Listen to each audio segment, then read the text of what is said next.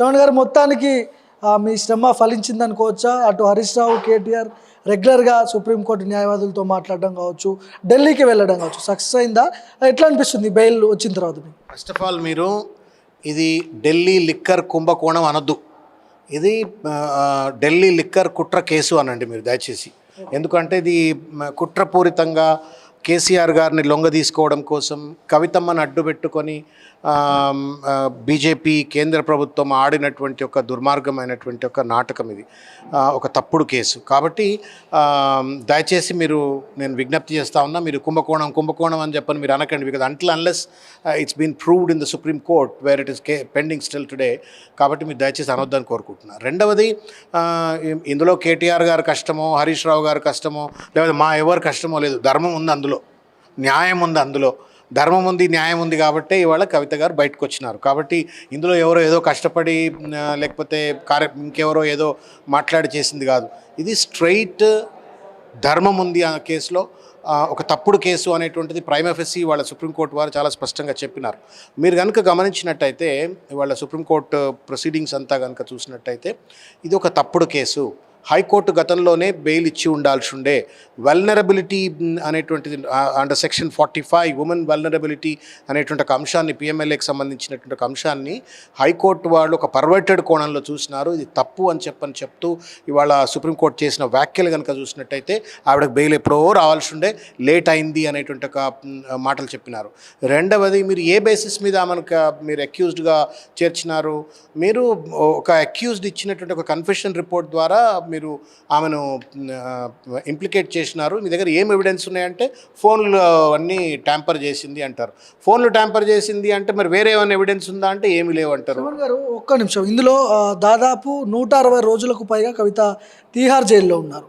ఏం ఎవిడెన్స్ లేకపోతే, ఏం ఆధారాలు లేకపోతే ఇన్ని రోజులు ఒక మహిళని, ఒక మాజీ ముఖ్యమంత్రి కూతుర్ని ఇన్ని రోజులు ఎందుకు పెట్టాల్సి వచ్చింది అనే ప్రశ్నలు వస్తున్నాయి. ఏం చెప్తారు? రెండు విషయాలు ఇక్కడ మీరు అడిగిన ప్రశ్నకు. మీరు కోర్టు ప్రొసీడింగ్ చూసిండ్రో చూడలేదో నాకు తెలియదు, కానీ చూడాలా, ఎందుకంటే it will be available on internet. ఒకటి, ఆయన అడుగుతారు ఎవరిని పడితే వాళ్ళని పికప్ చేసి మీరు జైల్లో పెట్టొచ్చు కదా అని చెప్పని కూడా ఇవాళ సుప్రీంకోర్టు జడ్జి అడుగుతాడు ఇవాళ ఎన్ఫోర్స్మెంట్ డైరెక్టరేట్కి సంబంధించిన అడ్వకేట్ను. So that itself is an indication that ఆమెను మీరు తప్పుడు కేసులో ఇరికిచ్చినారు, ఆధారాలు లేకున్నా కానీ రాజకీయ కోణంతో ఇరికిచ్చినారు అని చెప్పకనే చెప్పినట్టుగా ఒకటి భావించాలి. రెండవది, ఎందుకు ఆమెను ఇరికిచ్చినారు అని అంటే స్పష్టంగా కనబడుతూ ఉంది. ఢిల్లీలో కేజ్రీవాల్ని ఎదుర్కోలేకపోతూ ఉంది వాళ్ళ నరేంద్ర మోడీ గారి ప్రభుత్వం. తెలంగాణలో కేసీఆర్ గారిని ఎదుర్కోలేకపోతూ ఉన్నది. మూడవసారి కేసీఆర్ గారు కనుక తెలంగాణ ముఖ్యమంత్రి అయినట్టయితే పెద్ద ఎత్తున దేశవ్యాప్తంగా ఒక ప్రభంజనం లెక్క కనబడతాడు. ఒక బలమైనటువంటి ఒక రాజకీయ శక్తిగా, దేశవ్యాప్త నాయకుడిగా కనబడతాడు. కనబడకుండా ఉండాలంటే ఆయన మీద బట్టగాల్చి మీద వేయాలా, ఆయనను బదనాం చేయాలా, ఆయనను మానసికంగా దెబ్బతీయాలా, ప్రజల్లో ఆయన పట్ల అనుమానాలు రేకెత్తించాలా. ఆ రేకెత్తించడం కోసం 1 shot 2 birds. ఇప్పుడు ఏమైంది, ఒక బుల్లెట్ తోటి, ఒక తప్పుడు కేసు పెట్టడంతో కేజ్రీవాల్ను మానసికంగా దెబ్బతీసినారు, ప్రజల్లో అతన్ని బదనాం చేసినారు, జైలులో పెట్టినారు. రెండవది, కవితమ్మని జైల్లో పెట్టి కేసీఆర్ గారిని బదనాం చేసినారు ప్రజల్లో. తర్వాత ఆయన మానసిక ధైర్యాన్ని దెబ్బతీసే ప్రయత్నం చేసినారు.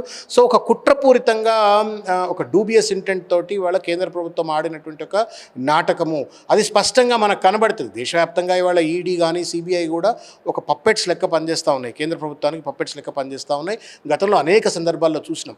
దీంట్లో కూడా మీరు మొబైల్ మార్చింది అని చెప్పని మీరు కేసులు ఎట్లా పెడతారండి అనేటువంటి ఒక రీతిలో సుప్రీంకోర్టు ప్రశ్నించిన తర్వాత, మీరు కన్ఫెషన్ రిపోర్ట్ల ఆధారంగా తనని మీరు అక్యూజ్డ్గా ఎట్లా ఇంప్లికేట్ చేస్తారు అని చెప్పని అడుగుతున్న తర్వాత, ఇక అది అక్కలున్నోళ్లకు చాలా స్పష్టంగా కనబడుతుంది.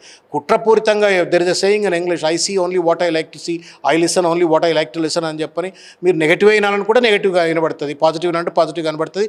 స్పష్టంగా సుప్రీంకోర్టు ప్రొసీడింగ్స్ కనుక ఒక డిస్పాషనేట్గా, నిష్పక్షపాతంగా కనుక చూసినట్టయితే ఈ కేసు తప్పుడు కేసు, ఈ కేసు దొంగ కేసు, ఈ కేసు కావాలని చెప్పని కేసీఆర్ గారిని మానసికంగా కుంగదీయడం కోసం, బీఆర్ఎస్ పార్టీని బదనాం చేయడం కోసం ఎన్నికల సందర్భంలో ఒక దురుద్దేశంతో పెట్టినటువంటి ఒక కేసు.